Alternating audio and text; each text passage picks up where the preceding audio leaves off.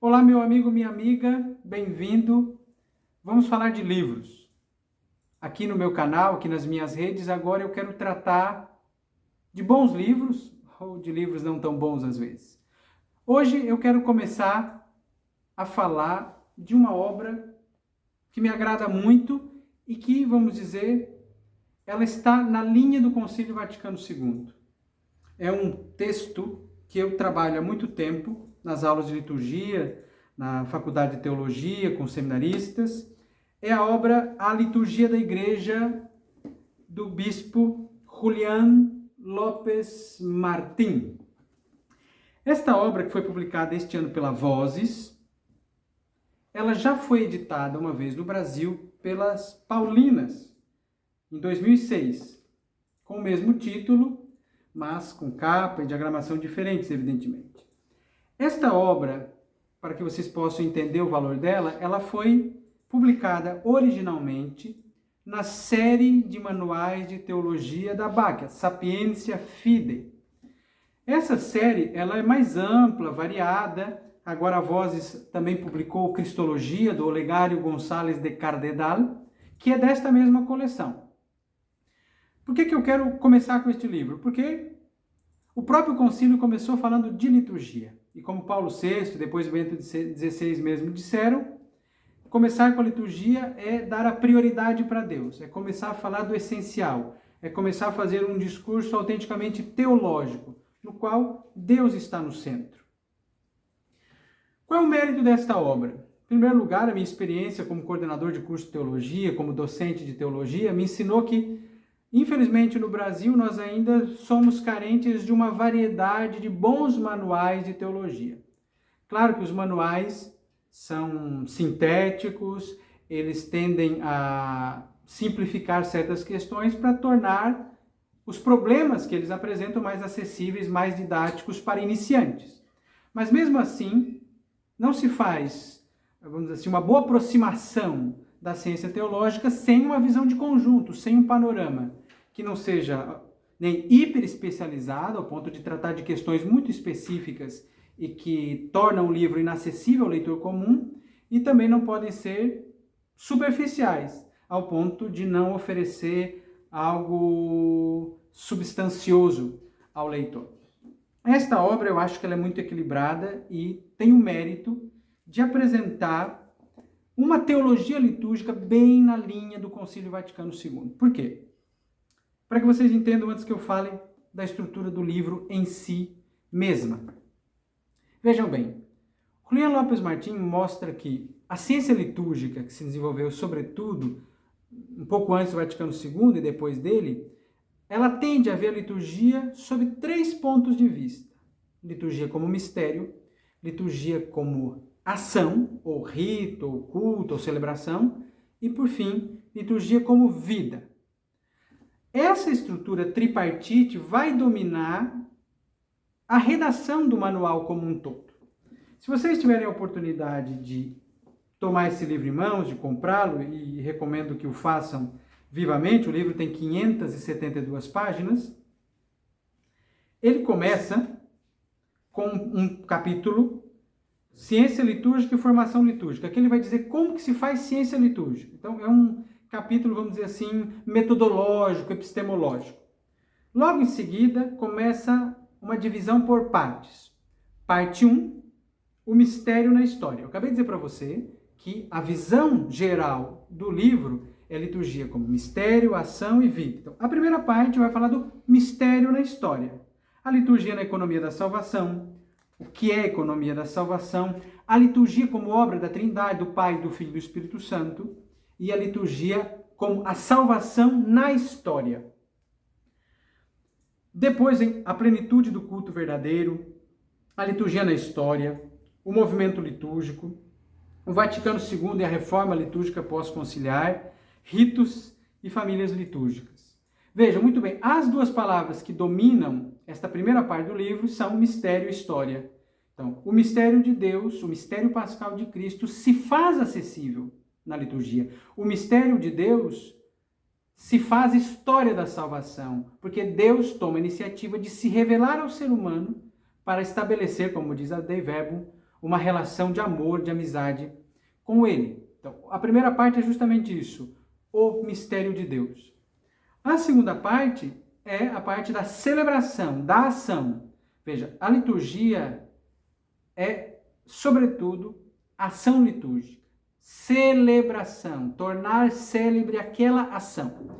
Vejam bem, aqui nós vemos a liturgia não de um ponto de vista cerimonial. Nós temos que abandonar essa visão de liturgia como cerimônia, como simplesmente um conjunto de formalidades, um complexo de ritos, de gestos, de posturas minimamente regulado.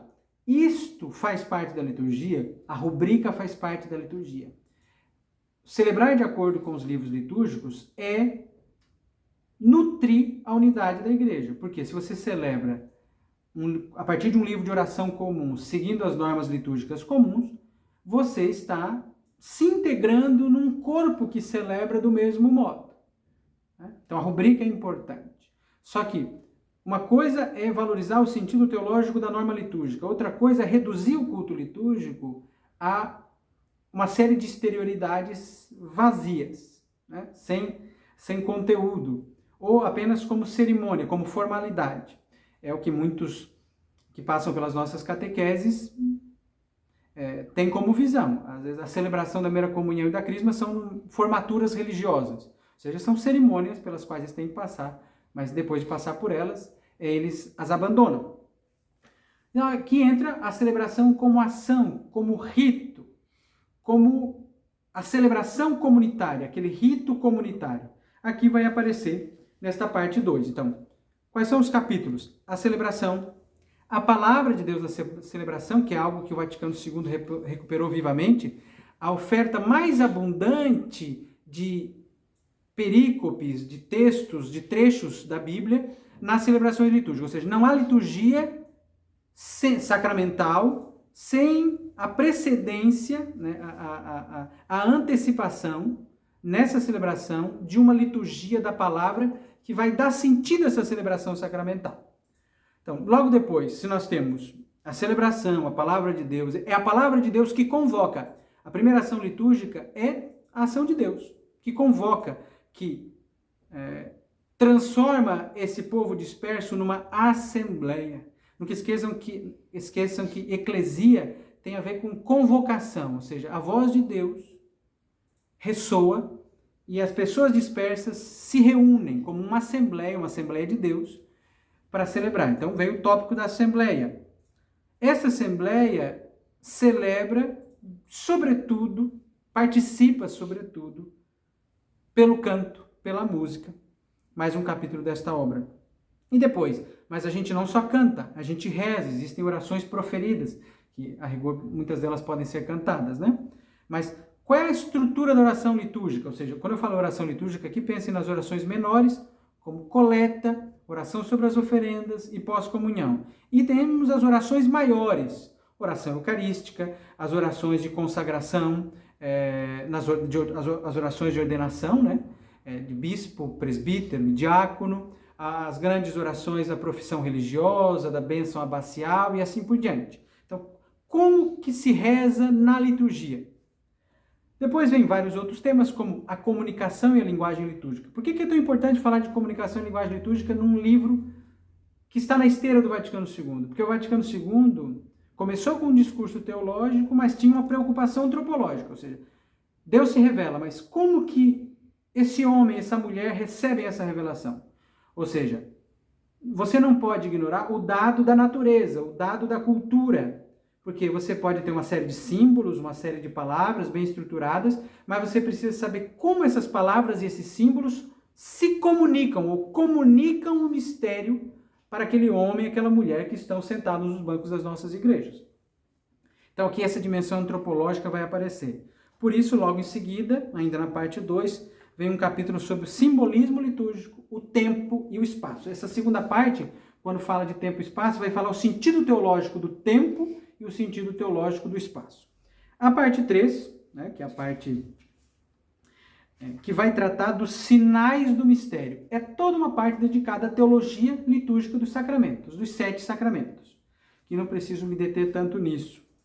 A parte 4, que é a parte que, vamos dizer assim, vai fechar o livro, depois vem a parte 5, claro, mas que começa o fechamento do livro, é a santificação do tempo. Basicamente, vai tratar do ano litúrgico, tal como ele é concebido, né? Não como uma série, um calendário de celebrações de santos uma atrás da outra, mas a celebração dos mistérios de Cristo ao longo do ano. O ano litúrgico é, sobretudo, o Cristo que, no tempo, revela o seu mistério e nós celebramos esse mistério de Cristo no tempo. E aí vão aparecendo o ano litúrgico, o domingo, todas as partes do ano litúrgico e, evidentemente, uma das formas de santificar o tempo é a liturgia das horas. Então, aqui temos a estrutura e a teologia da liturgia das horas. Eu falei para vocês que o Julián Lopes Martín adotou a estrutura tripartite. É importante insistir. Liturgia como mistério, já vimos. Liturgia como culto, como celebração, como ação. E liturgia como vida. É a parte 5, a vivência do mistério. Evangelização, catequese e expressão litúrgica da fé. Espiritualidade litúrgica, oração e exercícios piedosos. A pastoral litúrgica. E aqui nós temos a riqueza deste livro, a liturgia da igreja, teologia, história, espiritualidade e pastoral de Julián Lopes Martín. O livro termina falando de que a verdadeira liturgia é aquela que não fica confinada na igreja. Ela é mistério revelado, ela é mistério celebrado, mas ela é mistério vivido. O altar deve jorrar para a nossa vida cotidiana. Eu acredito que você quer ter uma introdução católica à liturgia da igreja, você vai encontrar nesse livro do Julián Lopes Martín, que a Vozes fez o favor de publicar, um belo auxílio, uma bela ajuda. Agradeço a atenção de vocês, curtam, acompanhem as minhas redes e até a próxima.